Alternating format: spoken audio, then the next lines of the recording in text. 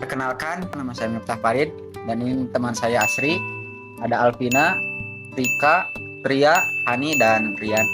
Yang pertama, Mas, mungkin akan ditanyakan oleh kami, bagaimana sih profil usaha atau berdirinya usaha ini seperti apa? Jadi pada tahun 2016 sebenarnya bukan dibentuk untuk jadi villa tapi untuk tempat tinggal nenek kami.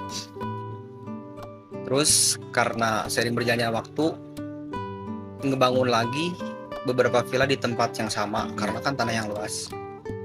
Karena udah cukup tua jadi gonta ganti tempat tinggal dan akhirnya dijadikan villa untuk dipasarkan. Iya. Villa itu sekarang ada 4 di satu tempat yang kapasitasnya 15 sampai 60 orang. Lokasinya di Cikolo Lembang. Seperti itu.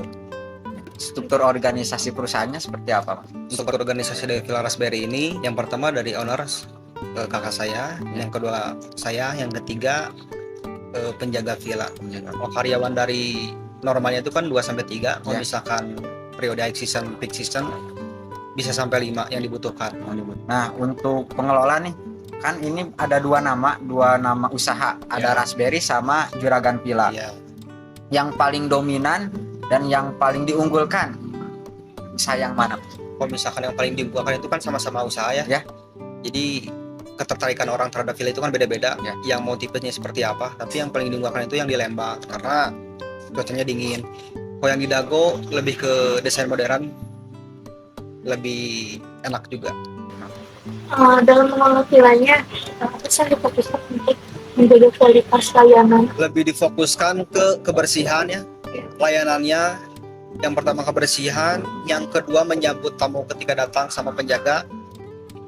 Target pasar yang dituju?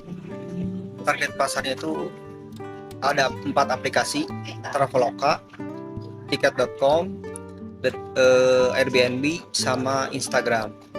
Jadi banyak ya platform yang digunakan. Nah, mungkin untuk pengelolaan platform ini gimana nih? Apakah ada admin khusus? Apakah kalau admin langsung sama saya dan kakak saya, tapi kita dibagi-bagi tugas. Yang per orangnya itu megang 2 admin, 2 aplikasi. Nah, untuk cabang udah ada berapa villa dari total Raspberry dan Juragan Villa ini? Kalau Raspberry mah kan itu villa keluarga. Kalau misalkan Juragan Villa itu lebih ke agensi. Sebenarnya bukan cabang, tapi banyak owner yang ingin bekerja sama untuk dibantu pasarkan karena mereka kan kebingungan mau kemana untuk mendatangkan tamu ke villa mereka. Nah, karena banyak minat perusahaan lain yang ingin dipromosikan, berarti bagus dong pemasarannya. Nah, strategi pemasaran digital seperti apa yang digunakan oleh Mas ini? Strateginya itu kita memanfaatkan agensi reseller lah disebutnya untuk dibantu dipasarkan. Yang paling efektif itu minta bantu agensi untuk dibantu dipasarkan juga atau reseller. Media sosial mana yang paling diunggulkan? Kalau media sosial lebih ke TikTok sih. Iya, sama Instagram. Kalau platformnya pemasarannya lebih ke Airbnb. Untuk omset nih, omset per bulan yang paling bagus di bulan apa dan pencapaian omset paling tertinggi gimana? Ini kan ada dua perusahaan ya.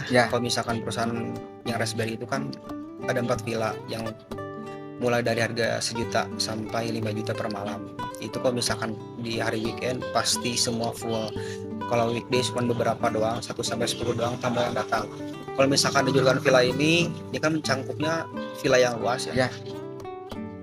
Besarnya itu di hari-hari biasa termasuk dan hari peak season.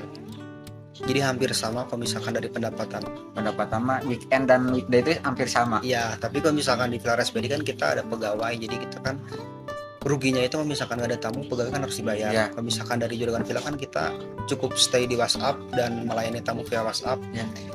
Nggak perlu membayar pegawai kayak gitu. kelebihan dan kekurangan. Mengelola vilanya apa ada kendala di cara pengelolaan? Yang pertama kendalanya dari aplikasi, yang dari soal harga. Karena kalau misalkan salah satu aplikasi ada yang harus dirubah dulu harganya, ada juga yang nggak harus dirubah. Jadi itu kan jadi kesulitan untuk kita ya, karena kan seperti di bulan Desember ini harga kan ada kenaikan sampai awal tahun, kenaikannya itu 2 kali lipat sampai 3 kali lipat. Di bulan apa yang paling memungkinkan omset meningkat? Di bulan akhir tahun, Ya. di bulan sekarang ini bulan Desember, di bulan Idul Adha sama Idul Fitri itu di peak season. Kalau misalkan Desember kayak gini termasuknya peak season karena libur panjang sampai bulan Januari. Mungkin sekian Mas yang bisa kami tanyakan. Terima kasih dan mohon maaf mengganggu waktu aktivitasnya.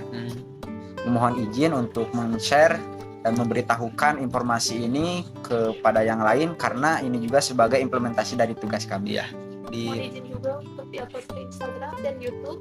Terima kasih sekali lagi Mas. Iya, sama-sama. Mungkin sekian. Assalamualaikum warahmatullahi wabarakatuh.